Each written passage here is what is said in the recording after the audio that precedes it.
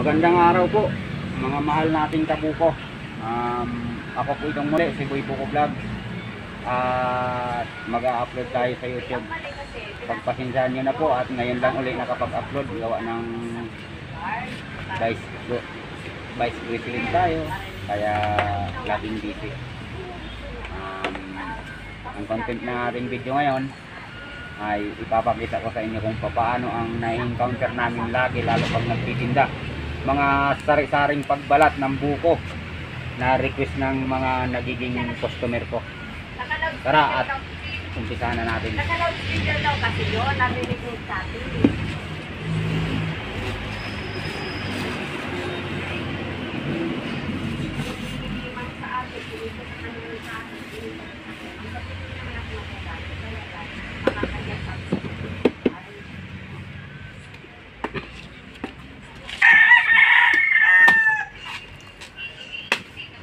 Sabi ko hindi na siguro alam niya yun.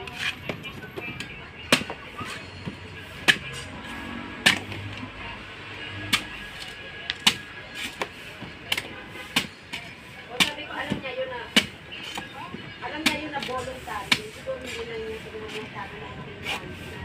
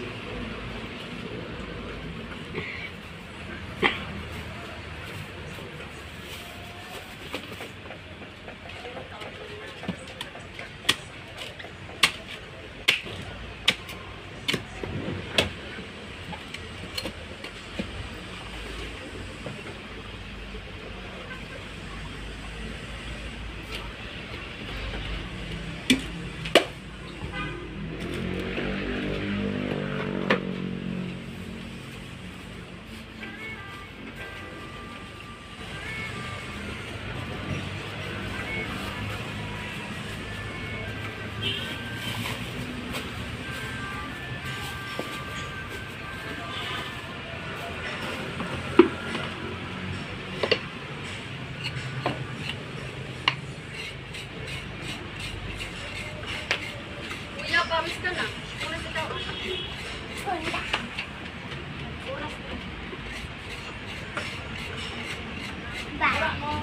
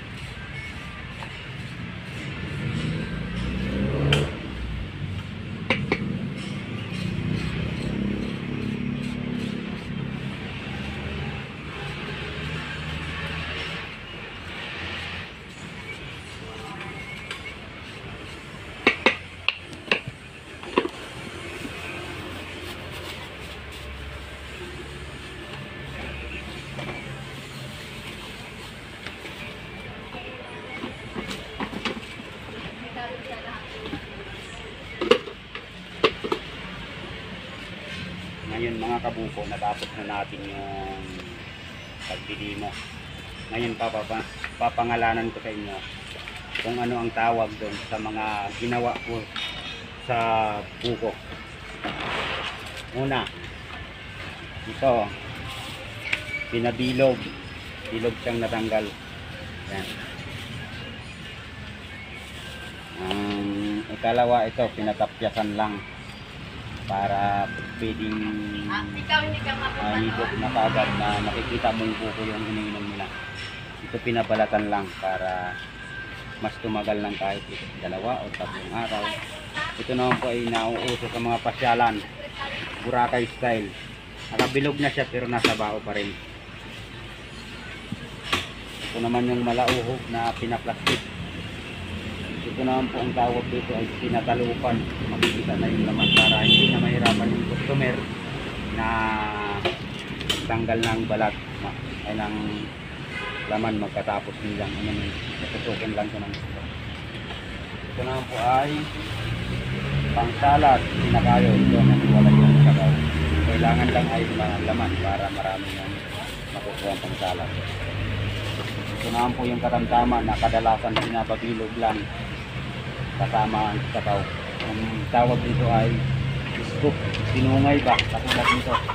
Ito kasi yung tawag dito sungay. Pero actually hindi ito sungay. Plastic na lang ito na ginawa namin para pang. Ito naman po ang pangkayod namin. Kawayan na dinagyan ng talas na stainless tapos pinalian ng tanso. Yan po ang pagdino natin ngayon. Siguro naunawaan na ninyo kung ano-ano ang mga request sa pagpabiyak ng buko at kung ano-anong mga nakahiligan ng tao para gawin sa buko. Siguro marami pa akong hindi na-idino sa inyo. Mayroong mga ibang mga customer na iba yung gusto, pero ang kadalasan namin na encounter mga ganito lang. Pabalat, talop, ilog, tapyas, itong ipapaplastic, ipapakayot. Halos lang ang mga basic na pagtanggal ng laman at paglagay sa plastic ng buko. Mga request nila. Mga kabuko, bago ko tapusin itong aking video, isa-shoutout ko muna yung aking mga patuloy na subscriber at yung mga kaibigan ko, mga kabuko, lalong-lalo na dyan si Kabuko Carlito Alvaro, Kabuko Alvin, Kabuko RJ, Kabuko Bien, yung mga kaibigan ko na patuloy na sumusuporta sa akin, sa kapatid ko sa United Arab na patuloy na sumusuporta din po sa akin para na ipamonetize ko ang aking YouTube channel. Diyon, tuloy mo lang yung panonood at maging inspirasyon mo ang iyong pamilya at maging sila tatay at nanay natin. Sa mga hindi ko pa nasabi, pagpasensyahan nyo na po kasi hindi ko na kayo isa-isa. Basta ang aking may sasabi, tuloy lang po kayo sa pagsuporta sa aking video. At kung hindi pa kayo naka-like, naka-subscribe sa aking video, pwede nang paki-like at paki-share, paki-hit na rin ang notification bell para lagi kayong updated sa mga bago ko pang upload. Hindi